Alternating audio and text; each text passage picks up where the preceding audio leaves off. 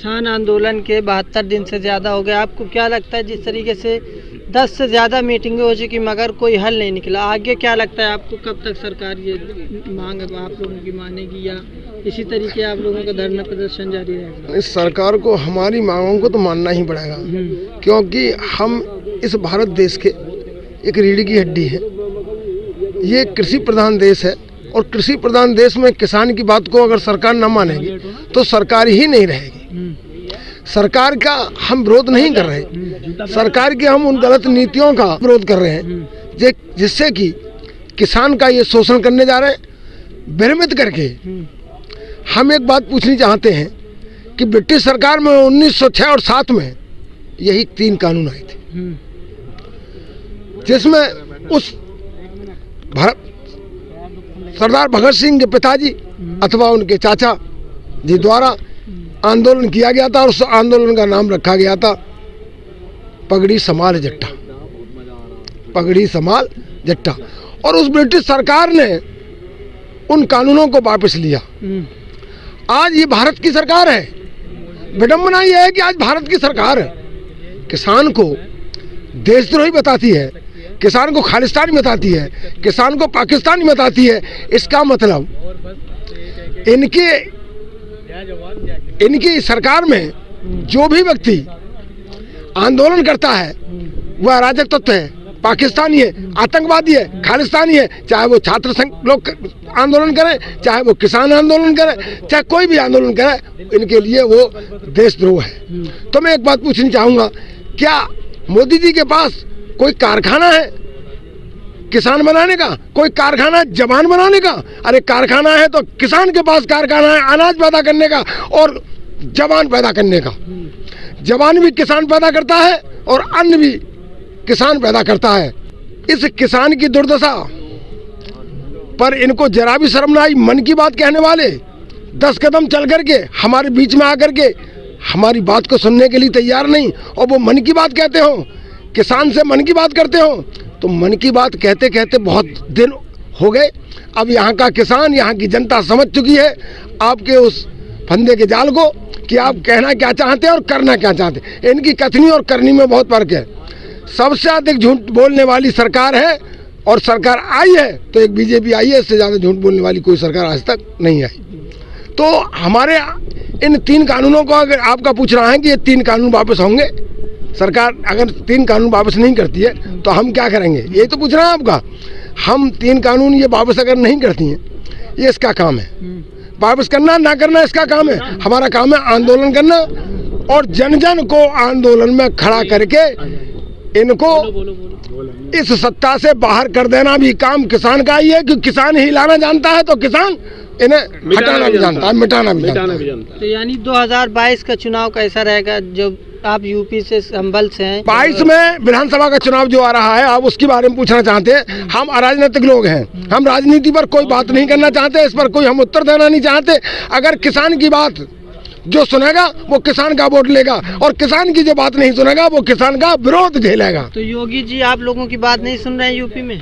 नहीं, योगी जी अगर हमें सुने तो योगी जी इस्तीफा दे करके हमारे बीच में आकर के बैठे। अच्छा, योगी जी इस्तीफा दें और हमारे बीच में आकर के बैठे हैं और हमारे किसान आंदोलन की लड़ाई लड़े। तो यूपी में यानी योगी जी का रवैया आप लोगों के साथ नहीं है किसानों के साथ अगर यूपी में रवैया बढ़िया होता तो हमारे अनाज की जो दुर्दशा होती। एमएसपी पे कहाँ तुला है? 10% भी किसानों का अनाज जो एमएसपी नहीं तुलता।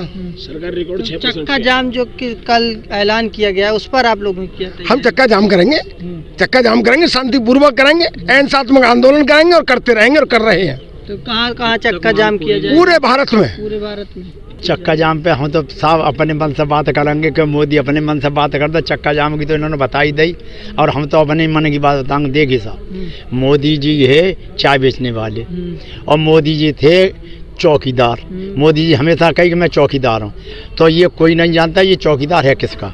इसने चाय पिलाई अडानी और अंबानी को, चौकीदारी करी अडानी और अंबानी की। तो उसने कहा कि जो तू हमारा कहना करेगा तो हम तेरे लिए इतना पैसा देंगे, तू चाहे वो प्रधानमंत्री बना के छोड़ेंगे तेरे लिए। तो ये मोदी जो है, तो अब इसने अडानी और अंबानी की बात मानकर और ये इस पद पर पहुंचा, इसने सबसे पहले अपनी पत्नी छोड़ी। पत्नी छोड़ने के बाद इसने जो भाजपा, इसने सोची भाजपा ने कि ये मोदी बहुत बढ़िया है, मोदी को लाए, तो मोदी ने क्या करो, भाजपा लात मारी। भाजपा बताओ कोई आदमी रहो है, भाजपा का कोई आदमी रहो, एक राजनाथ रह गए हैं बिल्कुल ऐसे कि जैसे बिल्कुल मूल डारे पड़े हैं, चाहे उनके जूता मारो चाहे उनके लाते मारो। मोदी अच्छा, और उसके बाद में इसने क्या किया है कि मैं देश नहीं बिकने दूंगा, तो इसने देश तो नहीं बिकने दिया, मैं जो कह दिया मैं खुद तो बेच सकता हूँ, बिकने नहीं दूंगा, तो ये खुद बेच रहा हूँ। देखो मैंने पहले बिजली बेची, रेल बेच लिया, मैंने सड़कें बेच ली, और मैंने देखी भाई साहब हवाई जहाज बेच दिया, और मैंने लाल किला भी बेच दिया, इसके ऊपर कोई झंडा फहरा सकता है। अरे दुश्मन, तू गद्दी के बैठने के लायक नहीं है, तेने बेच लिया तो झंडा तो कोई फहरा सकता है, तू झंडा रोकने के लायक नहीं रहा। दूसरी बात, अब इसने सोच लिया, अडानी अंबानी ने कही कि बेटे एक चीज़ और रह गई है, क्या कि कास्ट के पास ज़मीन रह गई है, ये और दिलवा दे मुझे, बस यहाँ तक बात है। या तो जो ना है, या मोदी ना यार हम ना है, जब तक मोदी है। जैसे आप लोग अपने हक के लिए लड़ाई लड़ रहे हैं, तो क्या निजीकरण के लिए भी आप लोग इसी तरीके से आंदोलन करेंगे? आंदोलन तो हम हमेशा करते आए हैं, 32 साल है मुझे आंदोलन करते हुए, मेरी 80 साल उम्र है, और मैं जो कह रहा हूँ, या तो मोदी गद्दी पर नहीं रहे या मैं ज़मीन पे ही नहीं रहूँगा। जब तक मोदी है तब तक मेरे प्राण, जब मोदी को हटा के छोड़ूंगे।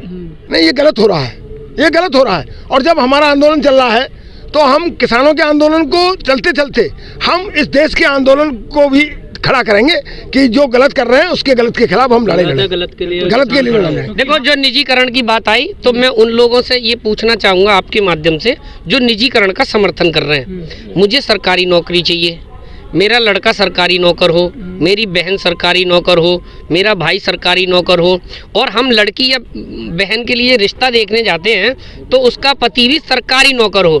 जब आपको ये सब सरकारी नौकर चाहिए तो क्या प्राइवेटाइजेशन से ये संभव है? ये केवल वही कुछ लोग हैं जो कहते हैं ना, चंद लोग जिनको टिकट मांगना है पार्टी के चिन्ह पर, वही ऐसी बातों का समर्थन करते हैं, और ऐसे लोग किसानों का विरोध करते हैं। तो खासकर आप उनसे बच के रहिए, उनको इंगित कीजिए, चिन्हित कीजिए कि ये ऐसे लोग आखिर गलत नीतियों पर सरकार का साथ किस उद्देश्य पर दे रहे हैं। और आप देखते होंगे जब चुनाव होता है तो गांव-गांव में पेटियां भर के शराब जाती है। ये कल से ट्विटर जो खेल हो रहा है, किसी देशभक्त ने ये कहा कि आपको चुनाव जीतना है, शराब क्यों बांट रहे हो, इससे देश का नहीं लोगों का भी नुकसान हो रहा है। तो किसी ने पूछा क्या किसी ने पूछा कि आप करोड़ों रुपए खर्च करके जो चुनाव रैलियां करते हो वो पैसा कहां से आता है?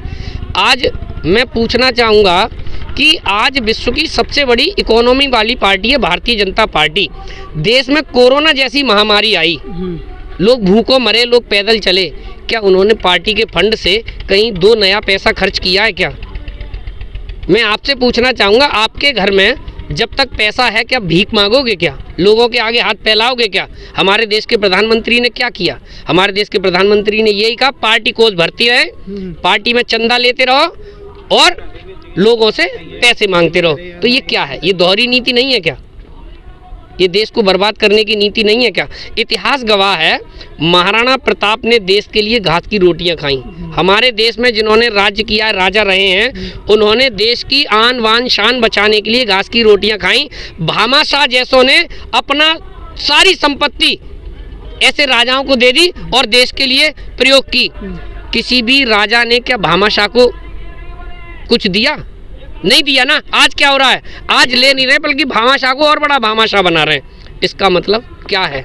अरे आपको अगर मांगना है तो देश के नाम पे मांगो कि देश को हम कर्जा मुक्त करने के लिए आपसे हाथ फैला रहे हैं। मैं कहता हूँ एक एक बच्चा अपनी गुल्लक का पैसा आपको दे देगा। आप ये करिए, आप तो स्वयं देश को कर्जदार बना रहे हैं। क्या कर्जदार रहकर कोई व्यक्ति आत्मनिर्भर हो सकता है? आपने कोरोना की बात की तो जिस तरीके से दिल्ली में ही आप लोगों की हिमायत में आवाज़ उठी और पुलिस आकर कहती कि यहाँ धारा 144 लागू कर दी गई है, अगर आप लोगों ने प्रोटेस्ट ख़त्म नहीं किया तो आप लोगों के खिलाफ कार्रवाई होगी। और दूसरी तरफ जिस तरीके से बंगाल में इलेक्शन चल रहा है, वहाँ पर बीजेपी के जो नेता हैं कद्दावर कैलाश विजयवर्गीय कोर्ट के ऑर्डर के फैसले के खिलाफ जाकर कह रहे हैं हम रथ यात्रा निकाल के रहेंगे। इसको मैं आपको बताऊंगा, क्या होता। ये सरकार कुछ भी कर सकती है, हम किसान हैं, न तो किसान के लिए कोई धारा 144 काम करेगी और किसानों ने उसके बदले में 288 भी लगा रखी है। हमारा शांतिपूर्ण आंदोलन है, किसान कभी हिंसात्मक कार्रवाई नहीं करता। दूसरी चीज़, हम अपने हक की लड़ाई लड़ रहे हैं। मैं तो पूछना चाहूँगा, भारतीय जनता पार्टी के राष्ट्रीय अध्यक्ष श्रीमान JP नड्डा जी बंगाल में गए, उनकी गाड़ी में पत्थर फेंक दिया जाता है, पत्थर मार दिया जाता है। जिस देश में सत्ताधारी पार्टी के राष्ट्रीय अध्यक्ष ही सुरक्षित नहीं है, वो देश की जनता को कैसे सुरक्षित रख पाएंगे, ये बहुत बड़ा सवाल है। पूछिएगा। मैं आपको जवाब देना चाहूँगा। आपने जो प्रश्न किया था वो ये कहा था कि वहाँ तो वो रथ यात्रा निकालना चाहते हैं और यहाँ 144 धारा लगा करके हमारे आंदोलन को कहते हैं कि गलत है। तो ये राजनीतिक पार्टियां, मतलब बीजेपी जहां चुनाव लड़ना चाहती हैं वहां ये सभाएं कर सकती हैं, ये सब कुछ कर सकते हैं, लेकिन कोरोना नहीं है, वहाँ कोरोना नहीं है, वहाँ कोरोना भाग जाता है। और अगर कहीं कोई आंदोलन होता है, किसान अपनी बात कहने आता है, छात्र संघ अपनी बात कहने आता है, कोई दुखी और अपनी बात कहने आता है, वहाँ कोरोना है। तो इस सरकार की दोहरी नीति का ही तो कारण है ये आंदोलन। इस सरकार की दोहरी नीति का ही तो आंदोलन है ये। अब इस आंदोलन में ना कोरोना है और किसान गांव में देखिए, आप गांव में जाकर के देखिए आप कि गांव में किसान ने कोरोना के समय में कितनी मेहनत करके गेहूं काट करके इनको अन्न दिया है। कहाँ था वो कोरोना, कहाँ था कोरोना? कोरोना इन लोगों के लिए है। इस कोरोना के नाम से तमाम लोगों ने इसमें धन को बर्बाद किया है। कोरोना वास्तविक में एक रोग था, लेकिन जितना इन्होंने इसको तूल दिया, जितना इसको बढ़ाया गया, वो सब गलत है। मैं एक भी बात कहनी चाहूँगा कि मोदी जी को भगवान सद्बुद्धि दे और किसानों के इन कृषि कानूनों को वापस ले।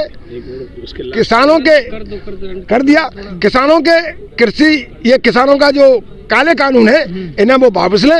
ईश्वर उनको सद्बुद्धि दे, अन्यथा इस देश का अन्नदाता मोदी जी आपको इस पद पर नहीं रहने देगा। आपको अडानी और अंबानी इस पद पर नहीं लाए, केवल ये किसान ही लेकर आए थे। इसके लिए वो ध्यान में अपनी बात को रखते हुए हमारी तीनों कानूनों को वापस ले लें और इसके साथ